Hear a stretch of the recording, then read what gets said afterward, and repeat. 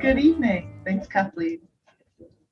Welcome to Prairie Lights, the wonderful bookstore of Iowa City.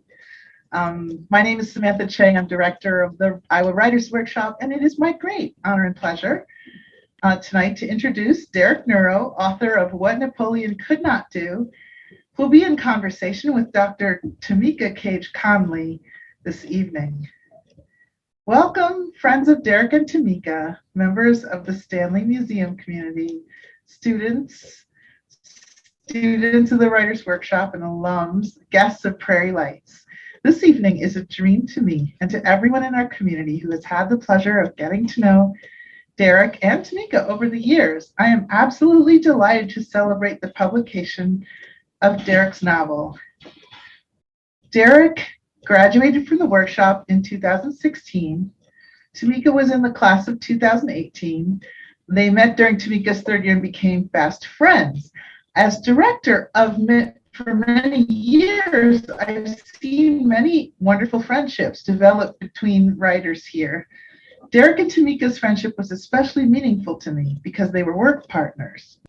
Through Tameka's time in the program, when they first met, through many Iowa winter days and long hours teaching and working, draft after draft, in every way, they encouraged each other in the writing of their novels. They celebrated milestones together, read each other's work meticulously and constructively, really helped each other in those rough post-workshop years.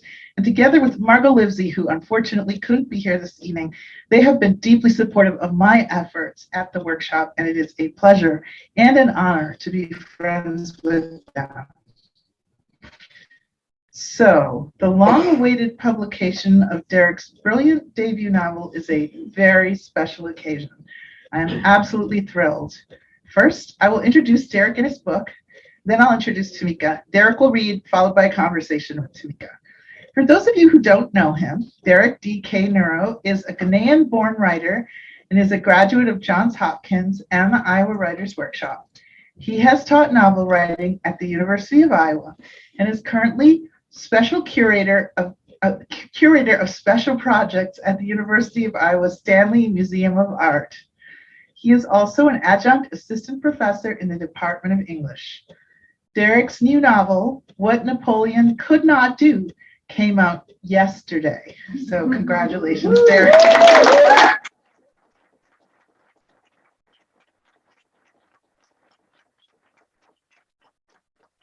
What Napoleon Could Not Do was featured on Weekend Edition with Scott Simon and as one of the best books of winter 2003 in Esquire and 12 books you should read by Time magazine. Esquire writes, in this spellbinding debut novel, two Ghanaian siblings chase the same dream of making a new life in America. Belinda, the younger and brighter child, achieves what Napoleon could not do. She moves to the United States for college, becomes a lawyer, marries a wealthy Black businessman. Meanwhile, back in Ghana, her older brother, Jacob, sees with jealousy, repeatedly petitioning the American government for a green card. But as Belinda soon learns, hers and Jacob's dream of the promised land don't square with the lived experience of African Americans like her husband, who face relentless racism and marginalization. In this compelling and insightful debut, Nnuro delivers a nuanced exploration of the American dream's broken promises. From a rave review in the Library Journal, What Napoleon Could Not Do is a multifaceted drama of familiar relationships, duty, loss, and dreams deferred. Nnuro creates beautiful symmetry between America and Ghana, juxtaposing the physically draining disappointments of the Ghanaian government with the emotionally draining letdowns of the U.S. bureaucracy. He boldly explores discrimination across and within race and culture, intricately crafts characters readers will feel intimately connected with. In this deeply thoughtful tale, Nnuro establishes himself as a powerful storyteller. And now I'd like to introduce Tameka herself, a supremely gifted and insightful writer who will be in conversation with Derek. Dr. Tameka Conley, PhD, is a graduate of the fiction program of the Iowa Writers Workshop, where she was awarded the Truman Capote Fellowship and the Provost Postgraduate Visiting Writer Fellowship in Fiction. Her work is published in Plowshares, the Virginia Quarterly Review, Callaloo, the African American Review, and elsewhere. She has received writing fellowships from the Iowa Writers Workshop, the Cave Canem Foundation, the Virginia Center for the Creative Arts, the Squaw Valley Community of Writers, and the Vermont Studio Center. The opera, for which she wrote the libretto, A Gathering of Suns, was awarded the Bronze Medal in the Society and Social Issues category of the New York Festival's TV and Film Awards. Tameka, Dr. Cage Conley, is making great strides with her own deep and wonderful novel, You, Your Father, an epic family saga that considers the untimely deaths of African-American men over 6 decades, beginning in the early 1940s in northern Louisiana. An excerpt of the novel is forthcoming in the spring 2021 edition of Iowa Review. Tameka is Assistant Professor of English and Creative Writing at Oxford College of Emory University. So now I believe that Derek will treat us with the reading first, and that will be followed by conversation with Tameka, and then I think that there will be questions from the audience. Thank you. Please welcome.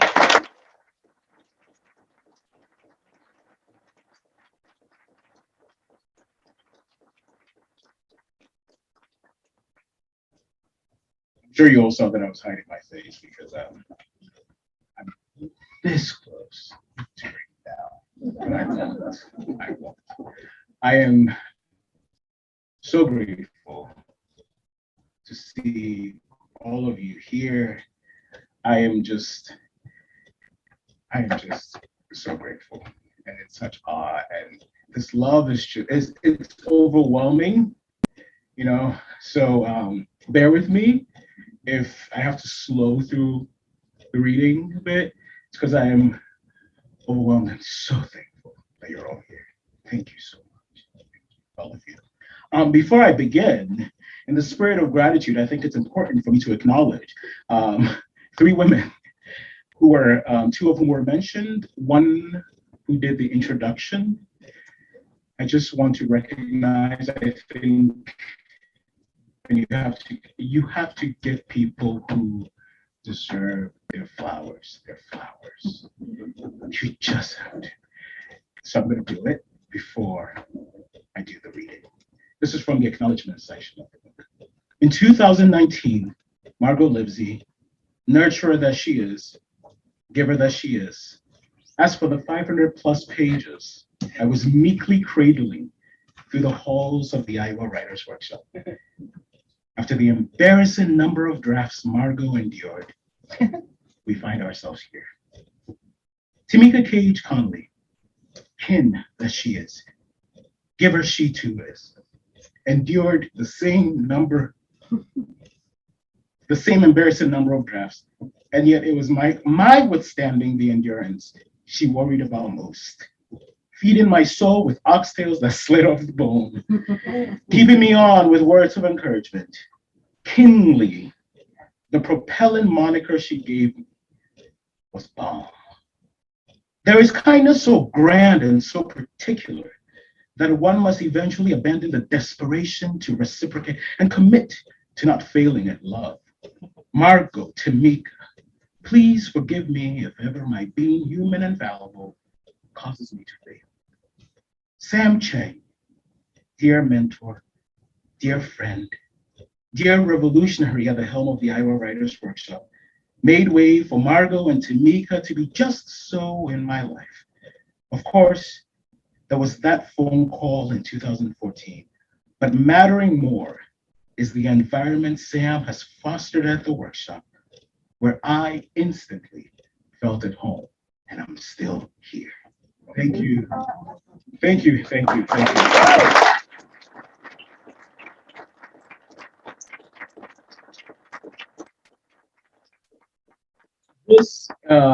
This event just means so much to me in so many ways, but I want to also recognize the fact that this book is the official selection of Stanley Reed's. I work at the Stanley Museum of Art as the curator of special projects, as you heard, and we have a book club, and this semester, this book is the official selection of that book club.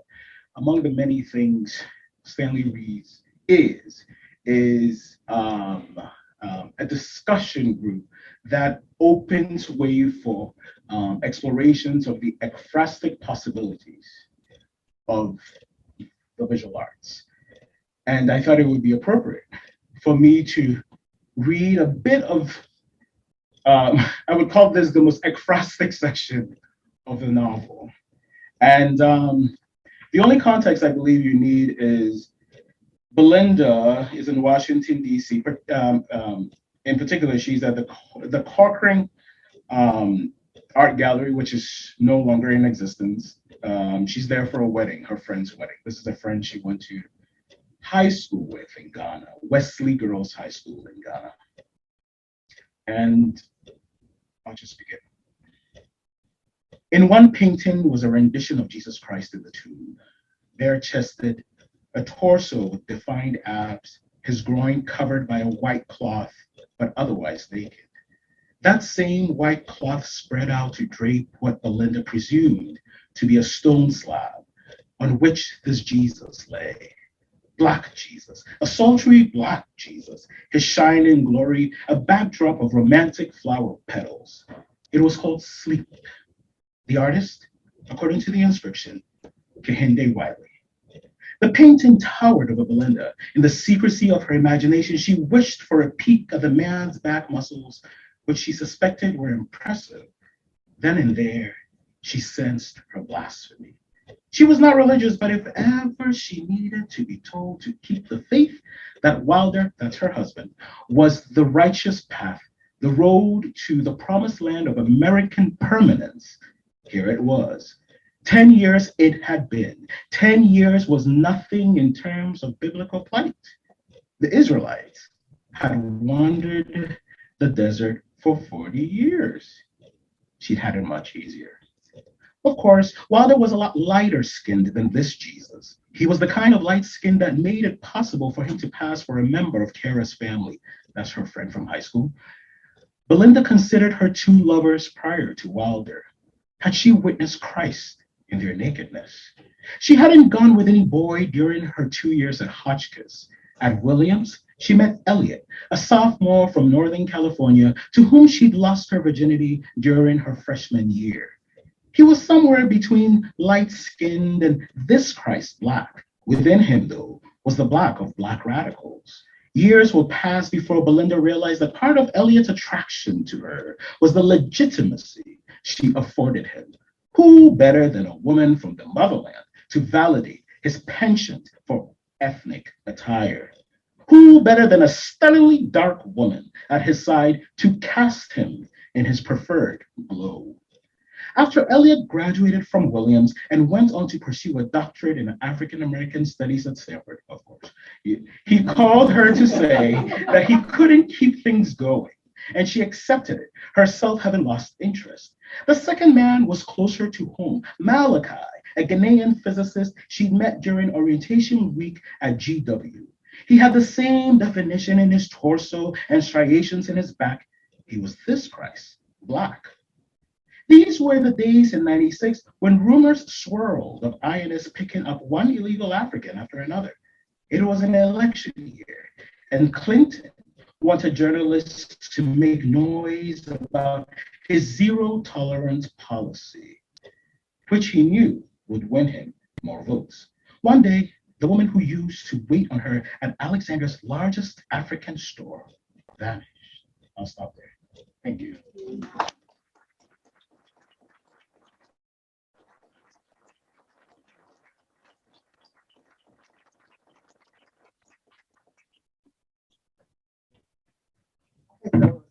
I see why DK was nervous. There's so many of you here.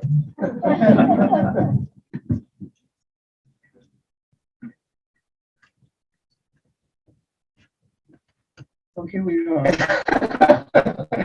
Yes, here we are. Here we are. Congratulations. Thank you. So, Thank you so much. I'm extremely proud of you. I can't even begin to say how much. So fun fact, Sam talked about how much we work together. So DK used to text me excerpts of this novel. So I read it way before all y'all. Y'all late. So you can't possibly leave without a copy or two of What Napoleon Could Not Do. Did you see that? Did you see that rhyme? Did you see? I'm also a poet. But it was here that I recorded. So he would text me excerpts and I would record them and text them back to him so that he could hear them back. Because sometimes that's the greatest gift, to hear the work back in a voice outside your own. So the very first one I did this over years, many years. The first one was October 2017, right here in Prairie Lights. So this is such a full circle moment. And thank you, Jan, fearless, amazing Jan, who owns and runs this amazing institution. Thank you.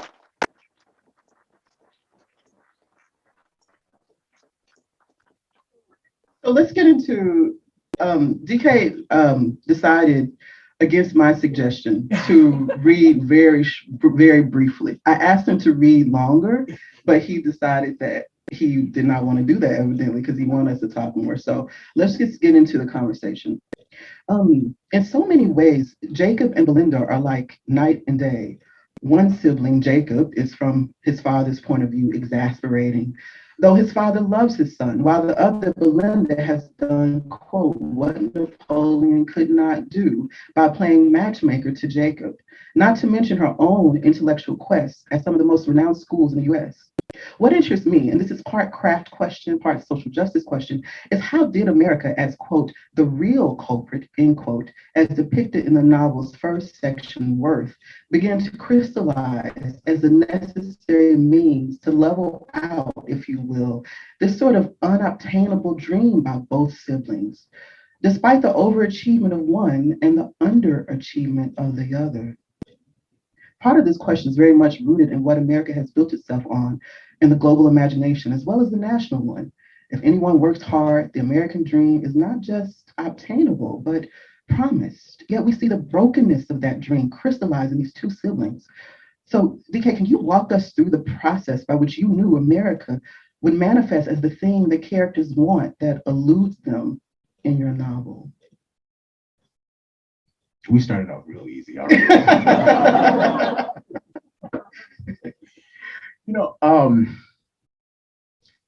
I remember the first time I heard the word optics. I remember that first time. I've always been obsessed with American politics, which is why actually it is referenced in that section that I read. I mentioned Bill Clinton. I've always been obsessed with it. And optics is a favorite word of a lot of political pundits. The optics don't look good. The optics don't look good. Biden was doing this. The optics don't look good. So, and optics expanded for me as truly like a code of conduct of America writ large. This idea of how America has branded itself, right, since time immemorial.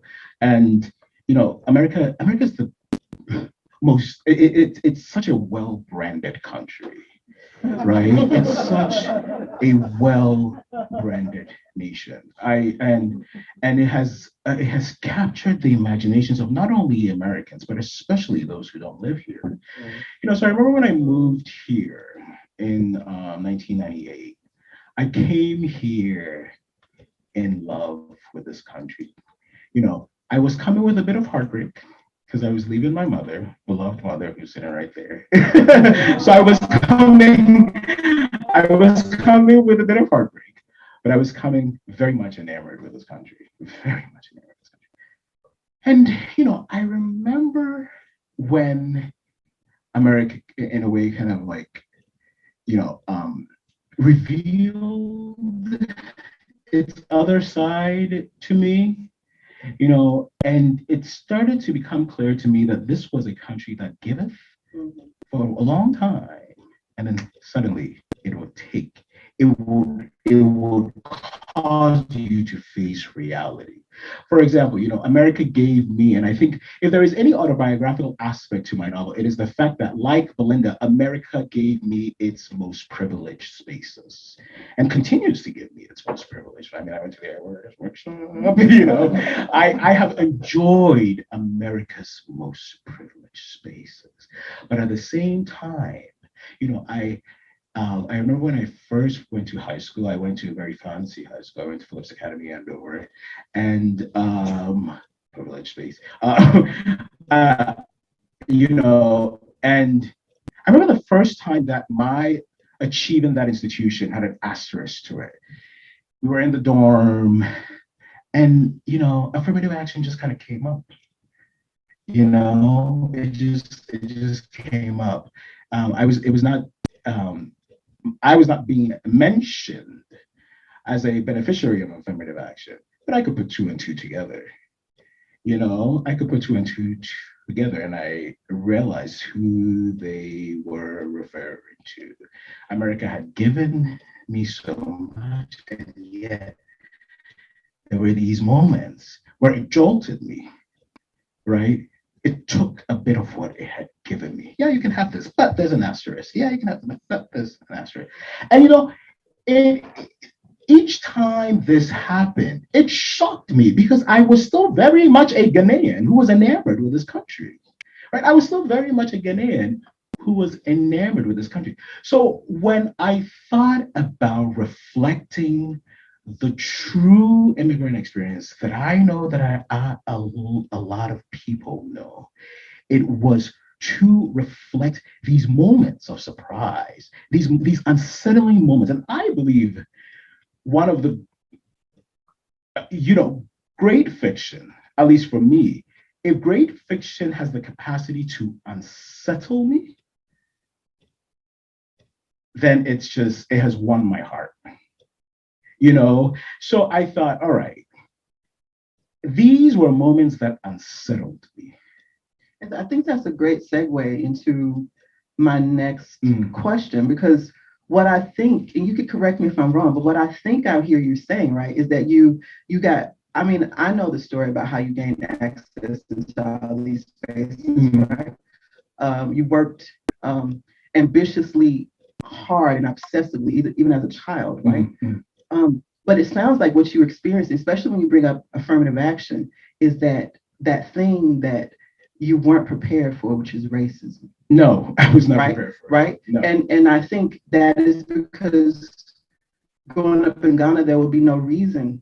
There would be no reason. Right? There's not an institution. Chimamanda Adichie says it best. You were right. She didn't know she was Black until she got to America. Until she got to America. And so I think that's a perfect way for us to start talking about Wilder Thomas, who, I adore, right? So Wilder Thomas, for those of you who don't know, is Belinda's wealthy Black American husband, yes. Right?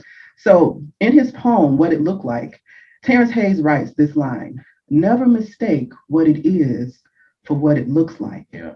Listen, if there is ever a character whom we can stand in front of the pearly gates of idealized American citizenship as a wealthy Black man with color privilege, what it looks like, with the bone-crushing nature of racism and imperialism that haunts his life as a Vietnam War veteran, what it is, then that character is Wilder Thomas, whom I love, and I anticipate your readers will also come to love, as NPR Scott Simon echoed during a recent talk with him.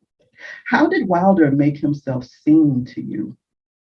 And how did you come to understand the complexity of his character as this shimmering, pained example of why America remains more idealization for his wife Belinda and her brother Jacob than realization?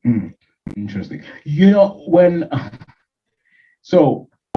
I think this is true. I think, at least for the Ghanaian immigrants I know, when we start to encounter racism, then we start to think about all that Black Americans have overcome. Then Black Americans really start to occupy our imagination. Because when we come here, we're coming here with a certain level of drive, that does not accommodate. And this is true. And it's unfortunate. But we come here with a certain level of drive that refuses to accommodate thoughts of racism. Right? I think this is true for a lot of African immigrants who come here. But then when we start to encounter it, there are some who encounter it and just, there's also this privilege that we Africans come here with. Is like, however bad it gets, at least during the holidays we can go home. We can go home. We can go home. We can go home. That's a privilege that we talked about that African Americans don't have, because this exactly. However, look, you can say I entered this privileged space because of affirmative action. In a few months, I'm gonna go home and hug my mom. I'm gonna go home and go to my African church. Hallelujah. Do all these things. Be around a bunch of people who would never question my intelligence. Would never question. So a lot of us come here and we have that privilege to some degree, and I hate to put it this way, but it's the truth. We really don't have time for racism. But when it starts to accumulate, you start to realize that, this thing is really serious. It's really serious. And when we start to realize how serious it is, inevitably, this happened to me, and this has happened to a lot of people. We start to recognize, not only all that African Americans have overcome, but their dignity. Because another thing that Chimamanda says that I love is, she has a way of being flippant sometimes. But she said, when she came here, she was surprised that African Americans hadn't burned down the whole country. She said that. But then this is the point. This is the ultimate point she was trying to make, or she made. The ultimate point that she made was, it is as a result of their dignity. They are active. It's as a result of their dignity. They're dignified people, because dignified people don't burn. Not at all. You remember me telling you once that I heard Nikki Giovanni say, Black people don't lynch. Yes. She said, because it's beneath us. Yes. Right? Yes. So that really speaks directly to what you're saying. Yes. Yeah. Yes. So these are all the thoughts that I have been meditating on for years about Black American identity. So Wilder Thomas Wilder Thomas, I think, started occupying my imagination from that moment that I overheard people questioning how I had gotten into Andover. Right? And then, but just because you're dignified, or just because you are marked by dignity, doesn't mean you don't have rage. Absolutely. Right? Obama is like something else. Obama's something else. But are you saying that because... No, I'm saying in a lot of people's minds, sure, Black dignity is Barack Obama. I think that's an excess of Black dignity. He's something else. He's biracial, and he was raised in part by white grandparents. Perhaps, right? So I think that's a part of it. The fact that, but I guess for a lot of people who associate or who herald him as, what a dignified Black person is, what they're saying is he doesn't exhibit any kind of rage. Sure. Right? Because a lot of people associate Blackness with rage. So when they define Black dignity, it is without rage. And Obama allows for that definition to really have legs. But he's something else. Mm-hmm. He was the first Black president. He had to do a lot of, he had to. Right, but I'm glad that we talk about this conversation because, I think that the manifestation, first of all, I think a lot of times there's this presumption of rage being associated with anger. And the group of Black Americans who are associated with rage is Black women, right? But our rage is not attached to the area where it should be. which is the institution of racism and the institution of sexism, it is attached to a social abnormality, right? That socially and societally, there's a way in which Black women don't fit because they're angry, right? You know, and I don't know. I'm curious because she comes. This isn't even on here, but this is what I wanted us to do, right? Because she arrives in America at such a young age, right? There's a way in which Belinda, although she is deeply a Ghanaian woman in her soul, in her spirit, but Belinda is really in so many ways, she is the epitome of African American. She really is, right? Yeah, you know, because she can be also easily pegged as the stereotypical angry Black woman. Yes, right. Yes, right. And the thing is, and I guess this is a great moment for us to talk about what you just read. I'm not going to read it. I'm just going to talk it out. That moment with Sleep by Kehinde Wiley. I don't know how many people have actually seen that painting. First of all, it's glorious. I mean, it's majestic, right? And you put Belinda in that power position where we are in Belinda's POV when she starts to look at that painting and begin to associate that image with Black men as, you know, the suffering Christ in the United States. Why was it so important? You know, now authors make choices, right? We make choices all the time. Every sentence, every character, we're always making choices. You could have carried that message, that thoughtfulness in any sort of way that you wanted to, but it seemed vital and necessary to you that Belinda, that it is through her POV that we think about Black men in this way. Why was that so important to you? You know, so I mentioned Obama and this idea of rage and this, because Wilder Thomas, yes, he could be argued to be, he's full of rage. And why am I seeking to associate him and Black men writ large with Christ? Well, you know, we have this, you know, and you guys can correct me. In Chi, we say, Nyankopon kra edru baby otwen aba, which means what?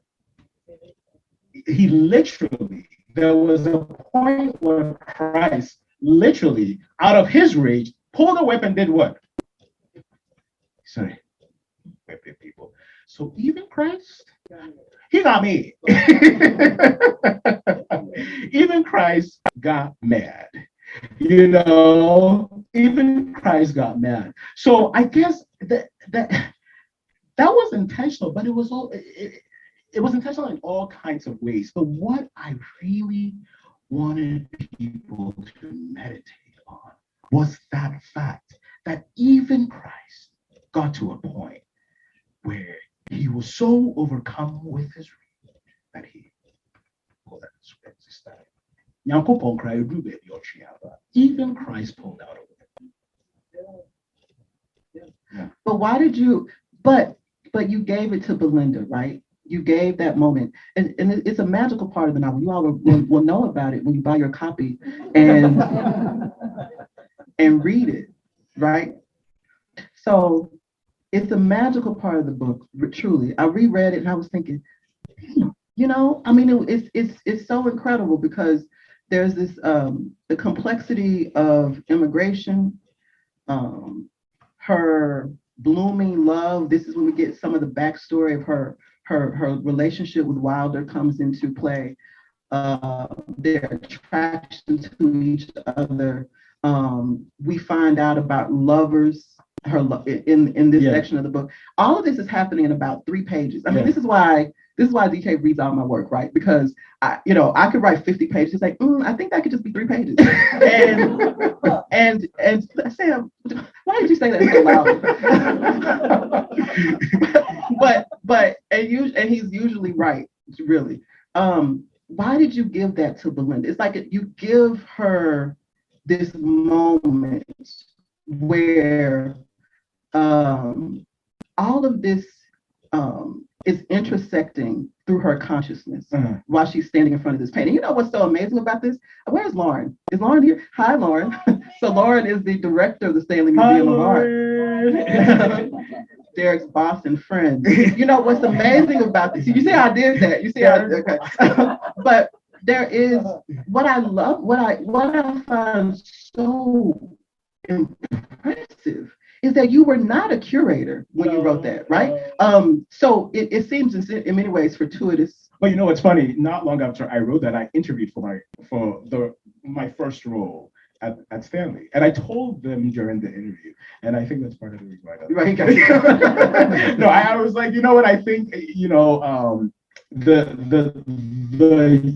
universe has led me here because, believe it or not, I just finished writing this section, and I have read this section to my coworkers a few times because it's so associated with my role at the Stanley. And that's also why I read it today. Right. Yeah. Right. But I just want to know why Belinda. I think by that point, Belinda's just tired. She's tired of waiting. She's tired of, and can we give our audience some context of what she's waiting for? She's waiting for her green card. 10 years. She's been waiting for a green card for 10 years. And her marriage to Wilder was a marriage of convenience, but it evolves into a marriage of love. As much as Scott Simon that's going to be my next question. questions whether they are truly in love, I believe in my heart of hearts that they are truly in love. It evolves into a marriage of love, even though it begins as a marriage of convenience. So yes, she's tired. She is tired because she has had to wait for this long. And there's, this is true, as platitudinous as it sounds, art is healing. Yes. It really is. And I think that was where I began. This is a moment where Belinda gets some healing, right? She just gets some healing through this particular image that has rendered Christ as not just Black, but vividly Black, right? All signs point to this man being your, God forgive me and forgive me, guys, your mandingo. Sure. Right? Striations in his back. I mean, he's, right? So he's vividly. I do like that word striations, by the way. Every time I read it, I think, what a perfect word for this section of the novel, which you all will know.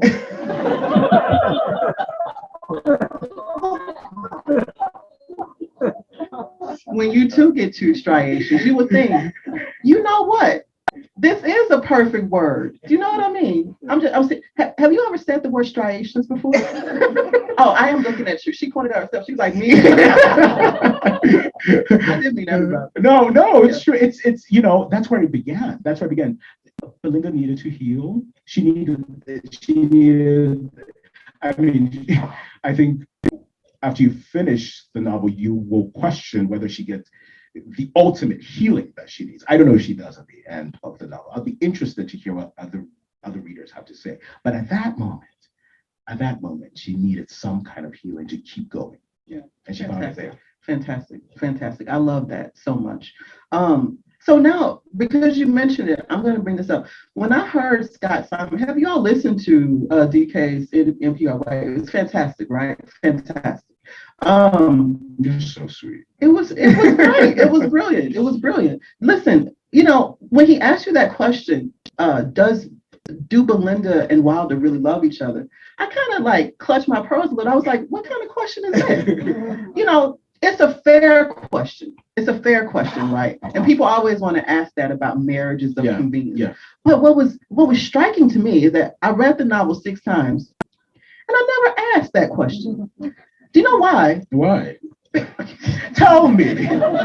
Like you don't know. But because it was irrelevant. Mm. It's an irrelevant question. You like that, Sam? Yeah. I'm still like such a workshop student. I know, I'm right? like, whenever Sam likes it, yay! Whenever Sam, how many people are in the workshop right now? How many people? Oh, hello. Hey, Michael Julius. But it's just like this, hey, Ed. Oh, sorry. But there's just this way of pleasing Sam. I'm like, oh gosh, she likes it's like being in the third grade and getting a gold sticker.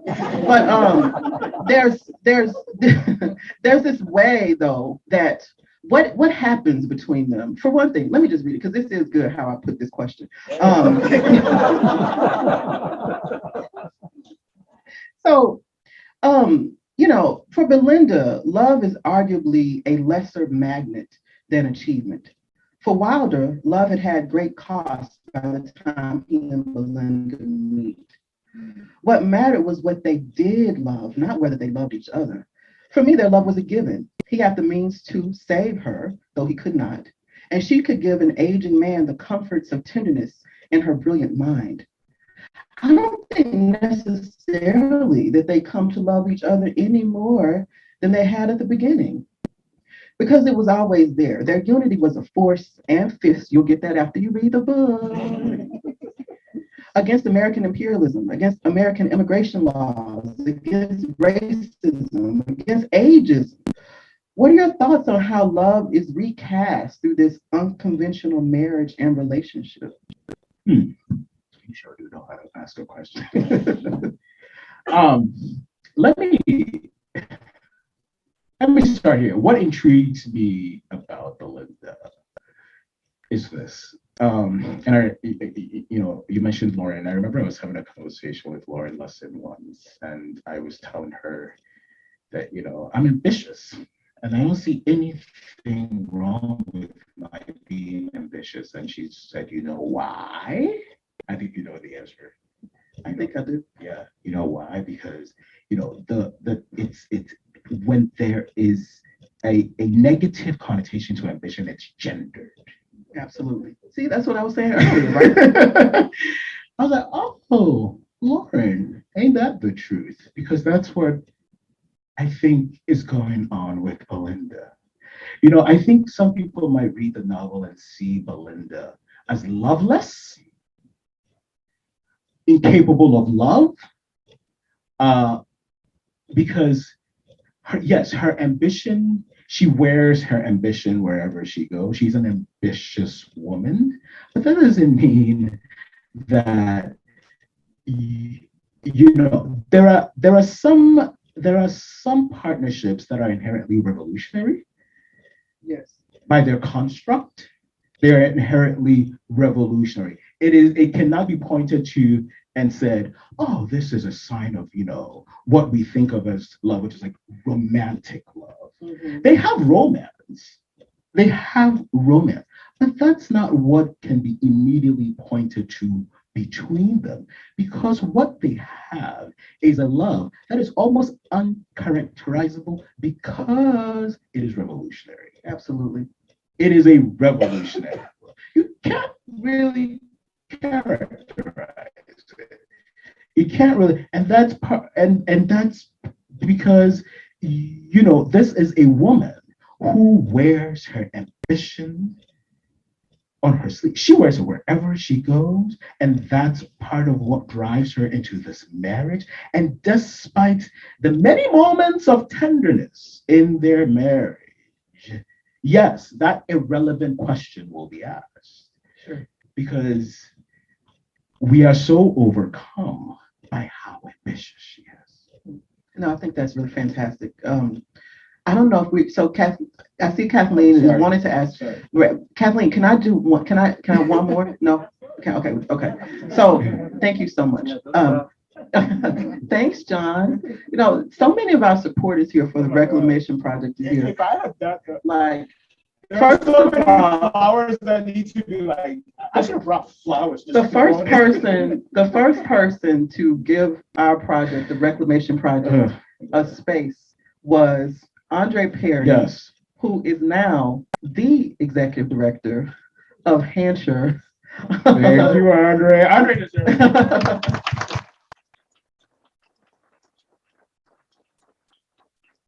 there's also Latasha here. Latasha, where are you? I thought I saw her in here. And then there's also John Kenyon. I mean, not to mention Sam Chang. And if I was remiss just now, know that we'll be thanking you many times over in the future. But I wanted to get that out. I think this might be the place for this question.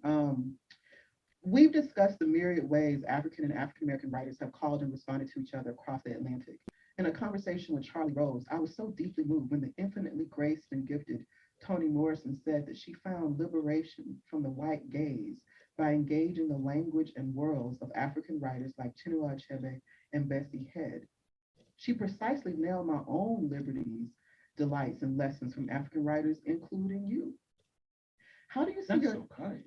Oh, it's true. I mean, I always say, you don't know this, but I always tell people that you're my unofficial fifth professor at the workshop. Sam knows this. So I struggle with plot. I'm a poet. And so sometimes it just takes me a while to rev up to the action. And so what DK does for me is just like, he just synthesizes things. He just brings things to a close, right? So that's why I say you're my unofficial fifth professor at the workshop. That's really sweet. How do you see your novel contributing to this endless conversation between Black writers on both sides of the Atlantic? That's so interesting. I'll say this. One of my favorite, and this is part of me giving those who are due their flowers, Ama Ata Edu is a writer from Ghana. Fantastic novel, Changes. Fantastic novel, Changes. And in Changes, the main character, who is she's ostensibly a feminist. I mean, she is a feminist, but the interesting choice that she makes, and this is another example of revolutionary love. The interesting choice that she makes is she divorces her spouse and enters a polygamous marriage because she thinks that is where she's going to get her freedom. Yeah. What? She divorces her spouse.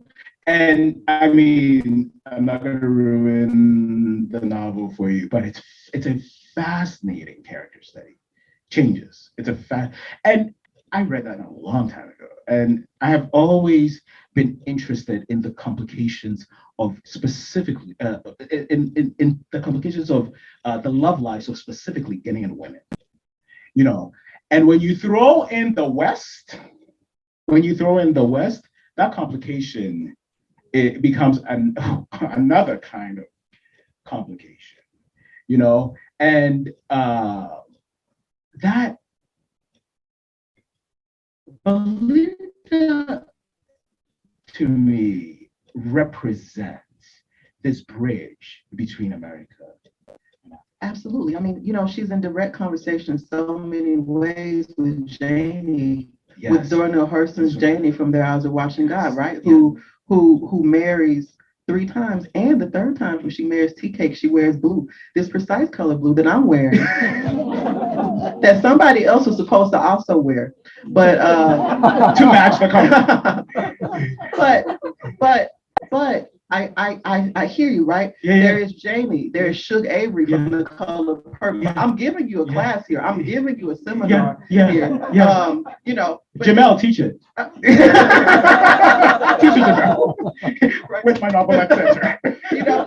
So that conversation that we always are having, I think that your novel is really representing that in a postmodern context, right? That and we're getting it through the eyes and the lens of an immigrant Black woman. Exactly. And I think that's really fascinating. Yeah. I think it's fascinating, and I think it's really brilliant and not just insightful, but sight forward, right? Like sight forward is right, anticipating that which is to come, right? And I think what you really nailed here is in anticipation of really that hyphen that you talked about, right? That you quoted Jelani Cobb. You all heard this in the NPR conversation, right? That there should be, Jelani Cobb said, instead of that, right, it should be an ellipsis between African and American, right? And I think you've captured that in the character Belinda. And so without any further conversation from us, thank you for your kindness, Kevin. Kevin is looking at us with such kindness right now. Are we doing Q&A? Yeah, we're doing Q&A now. So questions for DK or for me, I guess. Yeah, just raise your hand and I will bring the microphone. Make them easy, because Tameka just. Hi, DK. Reime. Hi. Yeah, I'm Reime. I'm from Nigeria. Hey, our Friend and we have a love-hate relationship with you, Nigerians. But it's all about. It's all good. I was going to ask you the title of the novel. How do you think Napoleon became a metaphor in like the West African consciousness? Oh, so you are familiar? Oh yes, a lot. Yes. So we'll give a little bit of context. My grandfather and a lot of older Africans, instead of saying congratulations, they would say, "You have done what Napoleon could not do," which is their highest form of praise. Whenever my grandfather said that, oh my God, it felt so good, And I remember once, interestingly enough, he said congratulations to me, and I had just graduated from the workshop, and I was just like, wait. If ever I needed to hear what I had, it was that. But he was actually ill then. We learned much later that he had been suffering from dementia. So, he just didn't have access to his depth of feeling. But I know very, very much that he was thinking that I had done what Napoleon could not do. But there's a way that a certain generation of Africans love to sound so extra sophisticated. They love being hyperbolic. And I think, if you are walking around saying you have done what Napoleon could not do, you're not exactly, you have this idea of the air you need to have about you have this, and I think my grandfather, I loved that man, but he also he traversed this world with this idea of the air that he had to have about it. And this goes back to the earlier point I made about dignity, right? I think if there is one thing that is true of global Blackness, it is this long-standing pursuit of dignity. And I think this is an example of that class, that group of Africans' way of attaining dignity by having this certain air about them to say things like, you have done what Napoleon could not do, instead of congratulations. They could have just simply said congratulations.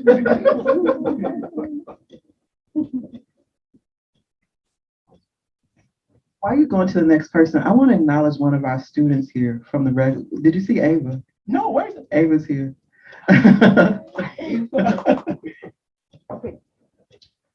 So after the 6 rewrites and edited editions, what was the first step that you took to put your novel out there and look for agents, look for publishers? Like, what was the decision that you made to move into the next phase of this novel?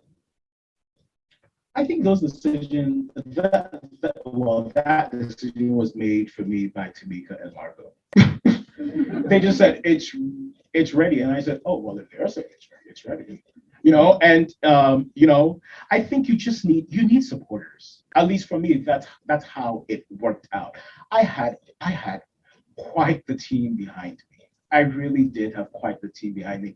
And, I think the refusal to put the work out there is a symptom of,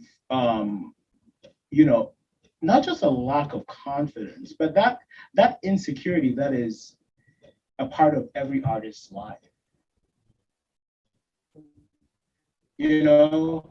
And for me, when these two really angels, told me, it was ready because they believed in me. It made a world of difference. It made a world of difference. And that's really how it worked out. It's not always going to work out that way. And I wish I had a formula I could give you. But for me, this is how, if I can be perfectly honest, this is how it worked out. Wow.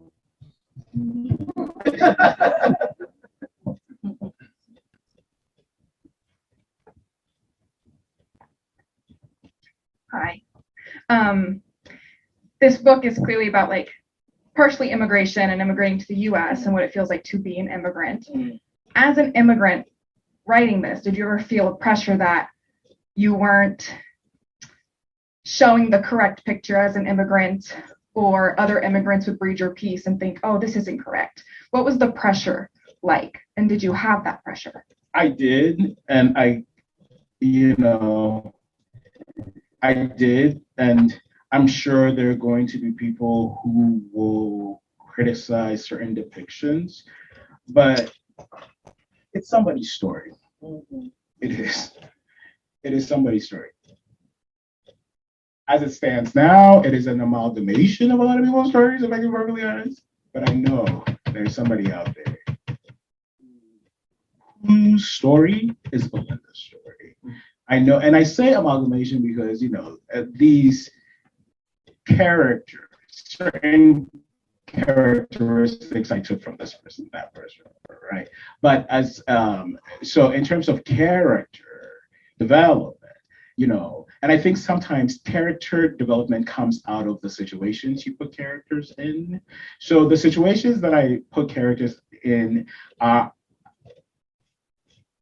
took from multiple sources, but together, right? Together, I think, for example, what happens to Belinda in this book, I know for a fact is somebody's story.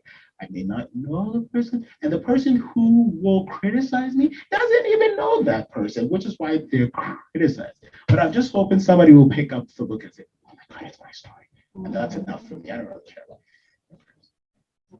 Okay, well, in just 1 second, I'm going to ask Tameka to kind of wind it up with a last statement, question, or comment, because you're doing such a great job. Just for the logistics of things, when we finish, if you would just let people who need to leave, and then form a line this way for all of the copies of What Napoleon Could Not Do that Tameka has been so doing such a good job of tonight. This has been a great talk. I want to thank both of you. Thank you so I'll much turn it for back to having us. Tameka Thank here you so now. much. Thank you so much.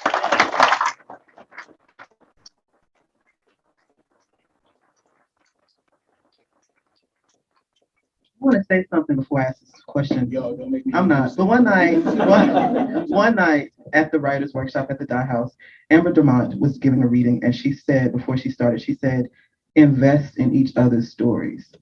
And hey, Drew. But it was so phenomenal. I'm so grateful and really honored as Kathleen wills all these books out that are going to be sold tonight, right? Right? We're going to sell out? We're going to sell out? Yeah. Are we going to sell out? Yeah. Thank you. That means you might have to buy more than one copy. But it really, I can't state enough the pleasure, the honor. I used to read as a little girl, and my great grandmother, who was a stickler for chores and cleanliness, when I was reading, she would tell everybody in the house, Mika and they're reading. That meant leave her alone, right? And I think that in my I manifested in so many ways someone in my life who took the work, the craft, and the existence of Black literature as seriously as I do in DK. So this conversation, for that reason, could not be. I've done so many of these, but this is such a pleasure and such an honor because of the excellence and the brilliance and the painstaking execution of honesty and transparency that you take on in the novel, and the fact that I know everything that you weathered while you were doing it. So this, from as a citizen of Iowa City, even though I don't live here anymore, it is still my home, very much so. I don't think we could be more proud. I don't think that as a community we could be more proud of you. And so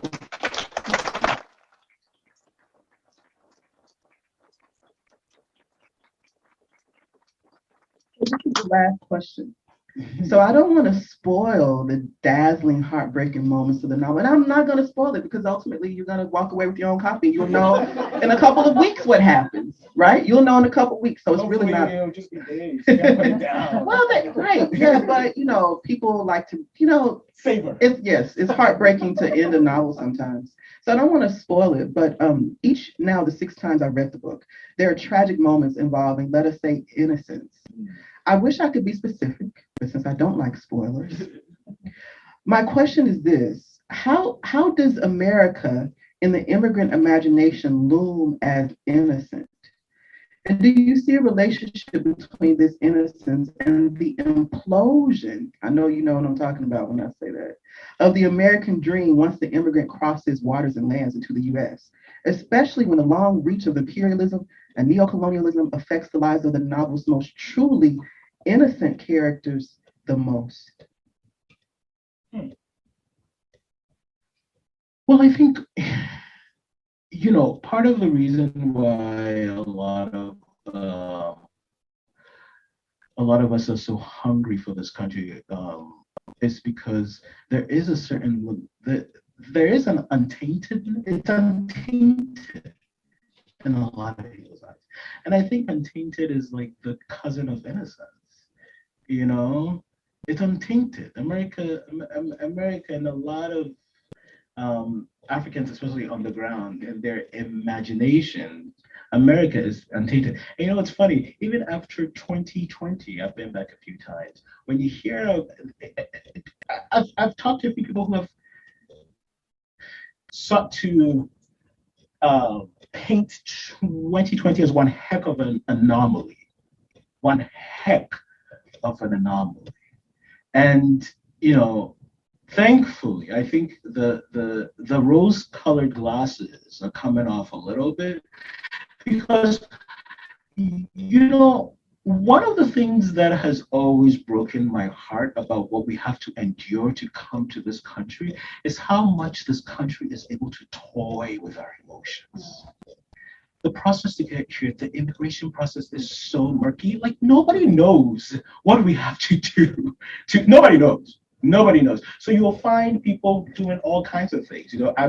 This is true, as humorous as it sounds. There are people who will contemplate, like, how much red, white, and blue do I have to put on? Right. And when you say that, I love these Americans. Let me in. But when you say that, you know what I think about instantly? Is what the institution of Southern racism did to keep Black people from voting. Mm-hmm. It was the same thing. These tests that were ridiculous, like how many pencils are in this box, yeah. Right? What is asking these really minor, these minuscule, very actually intellectually insulting questions. Oh, yeah. You know what I mean? Right? So I think there's a conversation to be had with what Wilder Thomas represents, which is the triumph over Jim Crow. That is what Wilder Thomas is, right? He's one example of that. Yeah. With the fact that in this novel, nobody gets what they really want, right? That dream remains elusive, right? I mean, that's a class we should really teach, right? But when you talk about the murkiness of obtaining right? And the fact that it is, how does that innocence then become shattered, right? What's the process? Because, for example, I want to say. Well, I think for a lot of African immigrants, when they come here, it becomes a bit shattered because those rose-colored glasses will come off at some point. They will have to come off. That you will face the reality. It is the country that giveth. It will give it, take, and unsettle you. And in that unsettling, you're just gonna have to confront the truth. Which is, It ain't all it's cracked up to be. thank you so much. Thank you.